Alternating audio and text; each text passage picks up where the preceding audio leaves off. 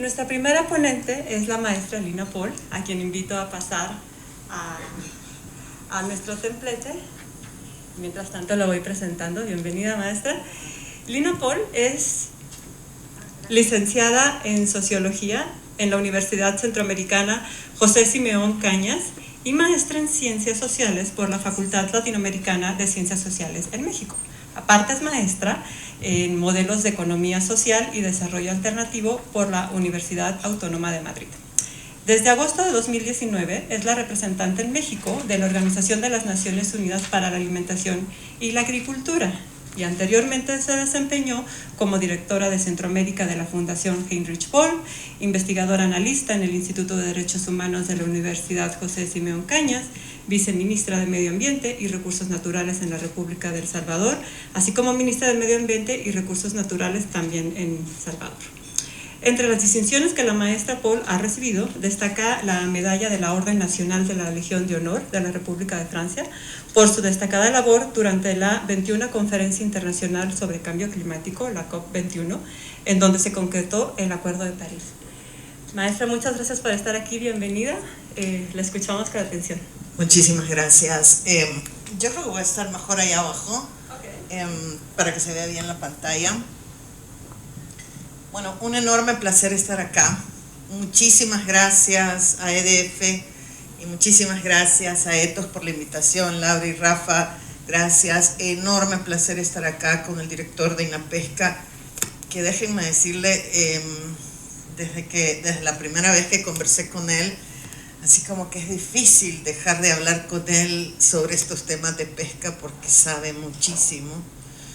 Y enorme placer también con Andrew, un saludo muy especial a la subsecretaria Marta Delgado, que ha sido una actora fantástica en todas estas conferencias y además impulsando el tema con mucha fuerza de la pesca sostenible y de los océanos. Yo voy a hablar ahora sobre un informe que se realizó por varias agencias de Naciones Unidas. Este informe no solo es de la FAO. Desde hace algunos años se elabora con varias otras agencias porque es una visión global sobre el estado de la seguridad alimentaria y de la nutrición en el mundo. En este informe participa la UNICEF, la OPS-OMS, el FIDA y el Programa Mundial de Alimentos. Y francamente, como decía Andrew, es el momento de pensar. Parece que en el mundo las preocupaciones van en otro sentido. Estamos muy preocupados quién le pegó a quién, si Johnny Depp a Amber Heard o al revés, francamente a mí. O estamos bastante preocupados o sorprendidos porque cómo me parezco a Dua Lipa. Bueno, esas son las preocupaciones que están ahora en el mundo.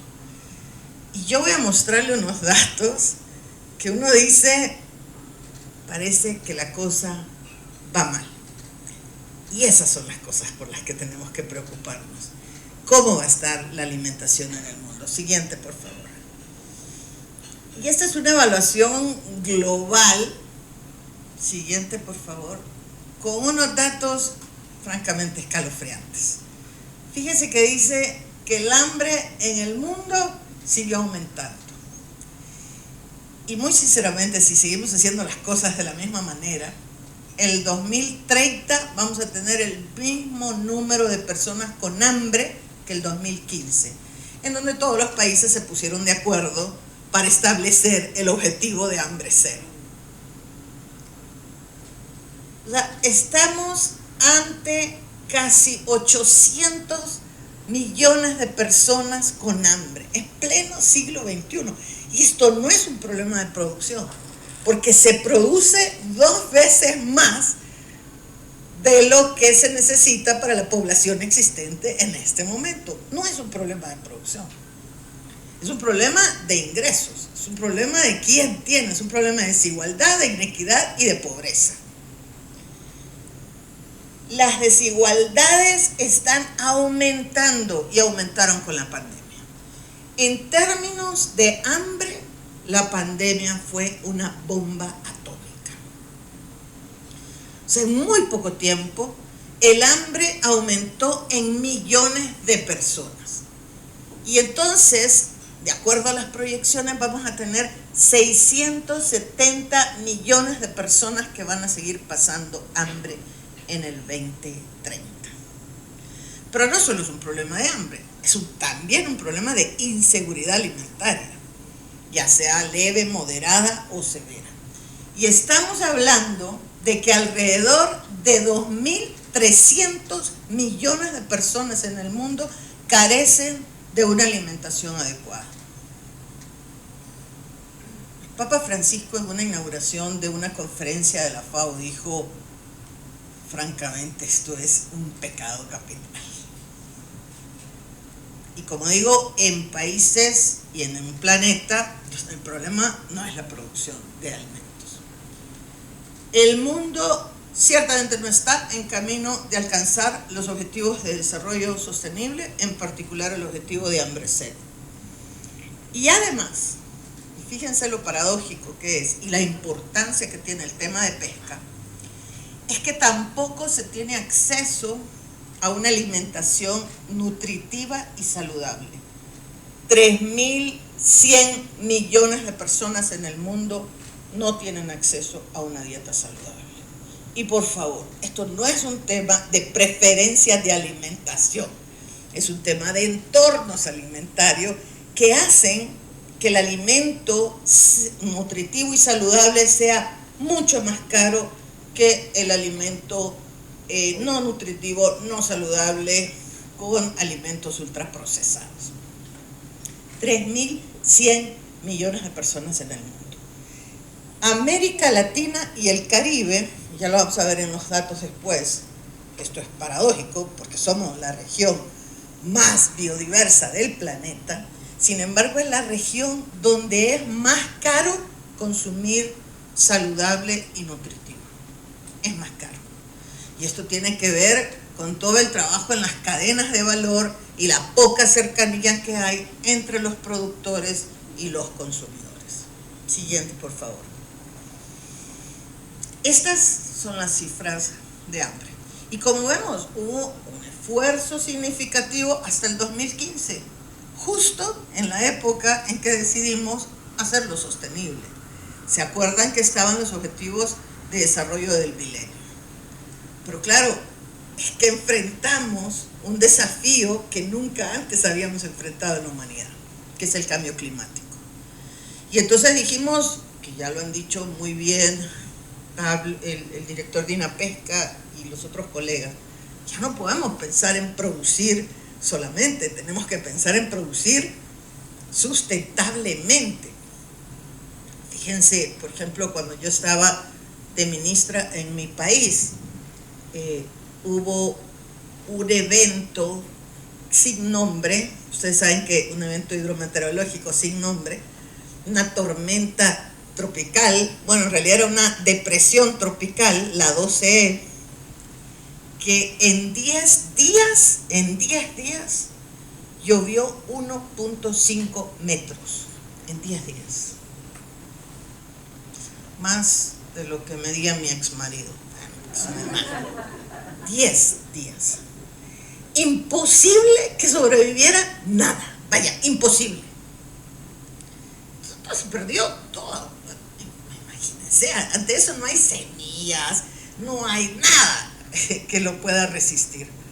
Un impacto enorme. Entonces, tenemos eso. Y justo los países dijeron, ya no podemos pensar en objetivos de desarrollo del milenio.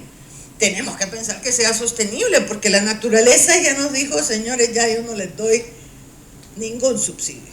A partir de ahora yo me cobro todo lo que ustedes me han extraído y torturado. Bueno, eso está haciendo la naturaleza ahora. Entonces, estas restricciones hicieron que los países dijeran, pues tenemos que hacerlo sostenible, y justo a partir de ahí, entonces los países empiezan y retroceden. Y entonces empieza a mostrarse la gráfica con más hambre. Siguiente, por favor. Y después de eso, después de los fuertes aumentos que se generaron con la pandemia, el hambre ha seguido aumentando. y ha seguido aumentando incluso ahora pospandemia, porque uno, bueno, no sé si hay pospandemia, pero uno cree que la locura no llega más, pero siempre llega. El hecho de que mi ex marido me haya dejado es una locura, pero bueno, siempre llega. Y encima de la pandemia tenemos ahora una guerra entre dos países que pone de rodillas a la economía mundial. Y uno dice, ¿y yo qué tengo que ver con lo que pasa en Rusia y Ucrania si esa onda está lejos? Encima nosotros no le compramos a Rusia y a Ucrania. No le compramos a Rusia y a Ucrania. Pero es que ellos, como son los grandes productores de granos, de oleaginosas, ellos son los que determinan el precio internacional. Entonces, aunque Argentina no haya pasado ningún problema, pues dice, yo lo voy a vender al precio internacional. Y los precios empezaron a dispararse en plena, digamos, pasando o tratando de sacudirse uno todo lo que fue la pandemia en términos del transporte de los alimentos, de las irrupciones en las cadenas. Encima de eso se viene este conflicto. Y empieza a dispararse los precios y obviamente a dispararse el hambre, porque es un tema de acceso, no es un tema de producción, es un tema de ingresos, no es un tema de producción. Eso fue en la pandemia. Ahora, no lo sé, ahora estamos esperando que el próximo año no sea un problema de acceso a los alimentos. No estamos tan seguros, porque ellos, estos países también son grandes productores de fertilizantes, y entonces los fertilizantes se dispararon, pues ni les cuento, o sea, 400%, 600%. Incluso no hubo fertilizantes en algunas zonas del país. Y probablemente los alimentos vayan a ser mucho más caros para la próxima cosecha, en el próximo año. Así que si ustedes están esperando que los precios de los alimentos se desplomen, se vayan para abajo y van a poder consumir de todos, no estoy tan segura. Han empezado a disminuir los precios, eso es una buena noticia, con la salida sobre todo del acuerdo que se tuvo en Turquía y que se permitió la salida de los alimentos de Ucrania, pero pues no lo sé cómo va a continuar este conflicto. Siguiente, por favor. 2.300 millones de personas padecían de inseguridad alimentaria, moderada o severa. Y esto es una cifra francamente escandalosa, una cifra obviamente bastante alta, bastante más alta en África, pero también, como vemos, nuestro rico continente, otro de los continentes bastante castigados. Siguiente, por favor. Y las mujeres son las que sufren, y por favor no me vean a mí, pero otras mujeres, son las que sufren mayor inseguridad alimentaria. Fíjense qué tragedia. Son las mujeres. La brecha de género en inseguridad alimentaria se ha ampliado bajo la sombra de la pandemia, bajo la sombra del COVID-19. Y es alrededor de 2,5 veces mayor en el 2021 de lo que era en el 2019. Sí, la pobreza, pero también la inseguridad alimentaria tienen rostro de género. El SOFI no hizo el tema de población indígena, pero les aseguro que la inseguridad alimentaria tiene rostro de género y rostro de población indígena. Siguiente, por favor. Solo se ha avanzado en algunos de los indicadores de nutrición, sobre todo en los de alimentación por leche materna. Esos son de los que han, digamos, mejorado. El resto de los indicadores no parecen en buena medida. Y el de retraso de crecimiento infantil son los dos únicos que han mejorado, el resto de los indicadores han empeorado. Siguiente, por favor. Y las dietas saludables, que como dije, están fuera del alcance de más de 3.100 millones de personas. Esto es un tema esencial porque tenemos al alcance la pesca y la acuacultura, que de hacerse de manera sostenible, como dijo el director de INAPESCA, eso podría resolver muchos de los problemas que hay ahora. Siguiente, por favor.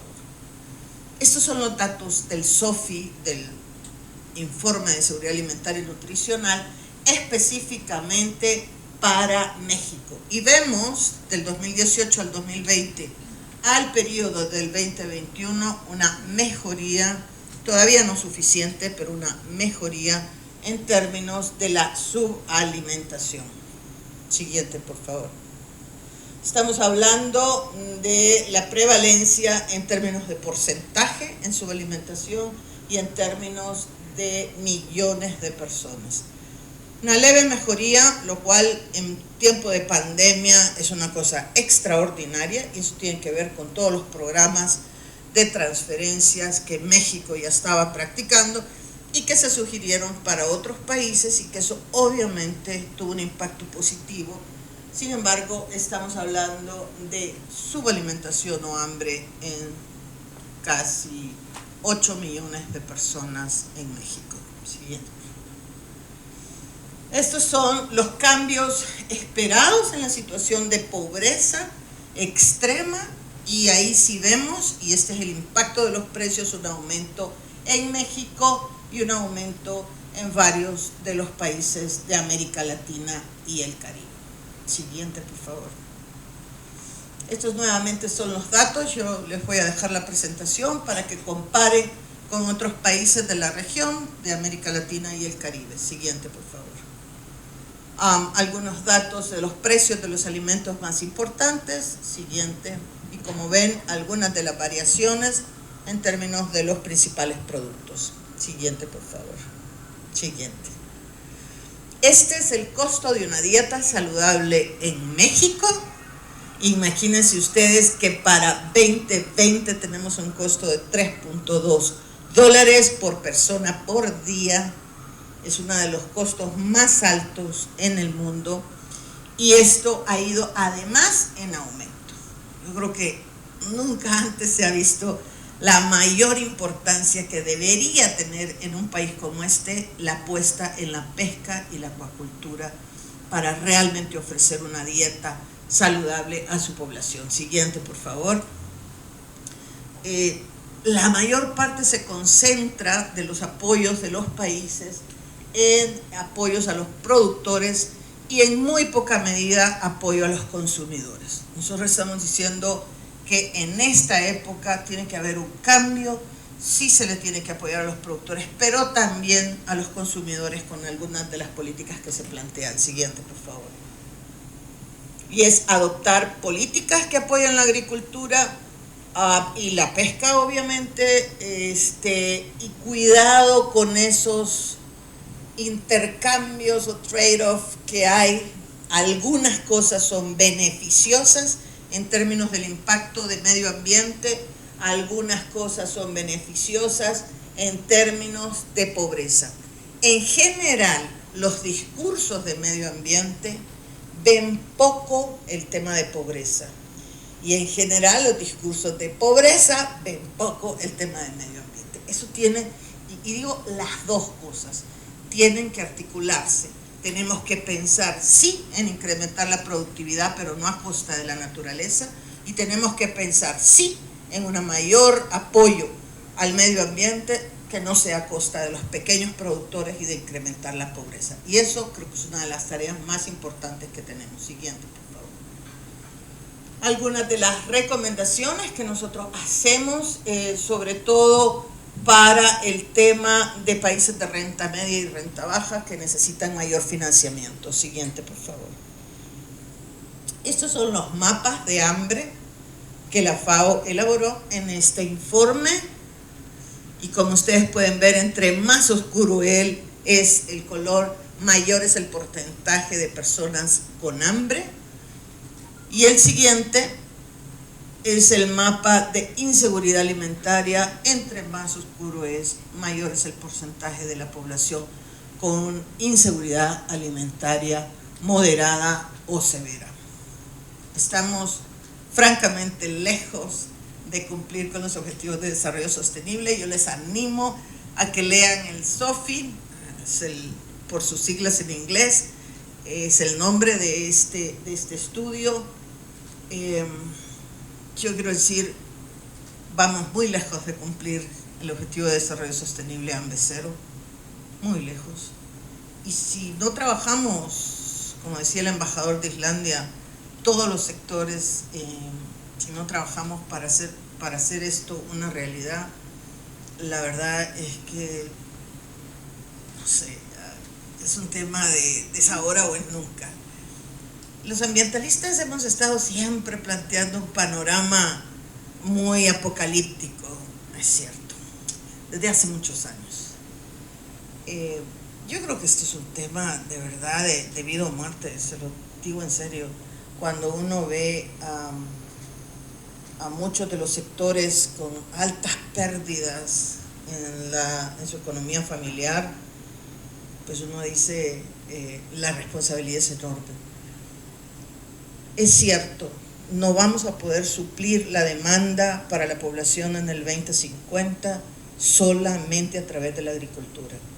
Es cierto, no vamos a poder seguir haciendo la agricultura extendiéndonos en mayores territorios, no podemos, no tenemos la posibilidad de hacerlo. Es cierto, el agua es el tema más importante. Y por eso los océanos, la pesca, va a ser la actividad más importante que deberíamos evaluar y hacer. El secretario Villalobos nos ha dicho siempre, pesca es un sector al que hay que apoyar, fortalecer, transformar.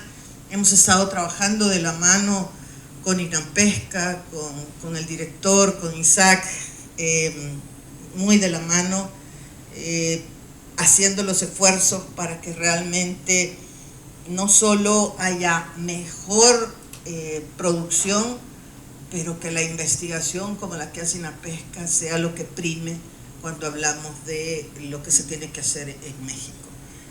Yo lo dije la otra vez que celebramos los 60 años de INAMPESCA, por otros 60 años de INAMPESCA, que eso es lo que queremos, por otros 60 años de fortalecimiento de este sector. Muchísimas gracias a EDF, muchísimas gracias a Ethos, a quienes admiro mucho, por cierto. Les deseo lo mejor y bueno, estamos a las órdenes. Muchas gracias.